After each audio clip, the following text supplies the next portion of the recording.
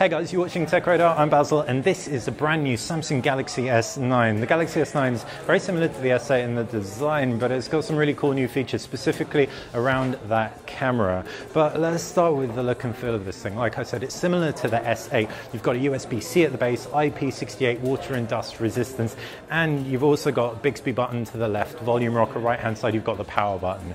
What's different about the design is you've got stereo speakers on here, and that's just instantly made me really happy.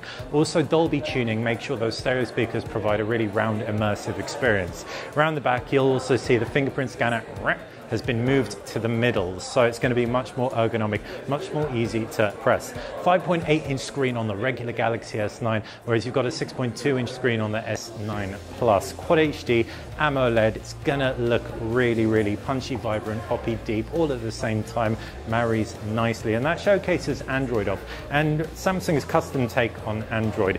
And they've integrated a lot of stuff in here to just make your experience that bit smoother, but the one that they're banging on about the most is Bixby.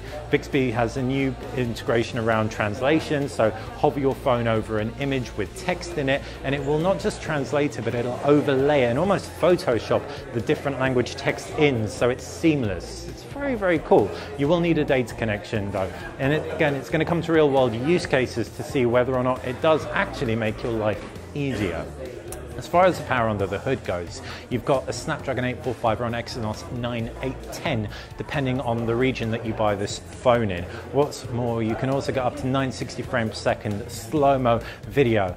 It's a number we've heard before from Sony, but what makes this one a little bit better from a user interface point of view is you've got this box in the middle of the screen. As soon as an object goes over the box, it will start recording in slow-mo, and it's just a burst. It just makes it look really good and make sure you get the exact point of action that you're looking for. What we found with Sony, the Sony Xperia XZ Premium, was it was a really awkward one when you had to hit the button and as a result often missed your shot. The camera, like I said, has a variable aperture f1.5 or f2.4, and that means in really bright situations you're going to be able to whack the aperture up a little bit and make sure you don't overexpose your picture, and f1.5 is going to be well suited to low light situations too. You've also got optical image stabilization as well, which will help further with those low light situations. 12 frames or 12 pictures get taken when you hit that shutter release. It composites them, and Samsung said makes it the best noise killing camera around. So I can't wait to test that out. In fact, the demo area, Samsung had a Google Pixel 2 XL and the Samsung Galaxy S9, and I have to say the S9 did look better, but real world use, guys, that's what it is all about.